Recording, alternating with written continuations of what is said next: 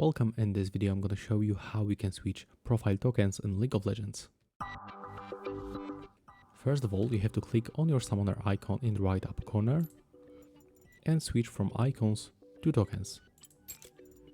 Right now, if you want to switch, for example, this first token, you have to click in this place and select another one. Let's go with this one. To switch second, just do the same. Select second and then switch. And with the last one, let's pick, for example, this one. Next, we can just simply click on the X, and that's all.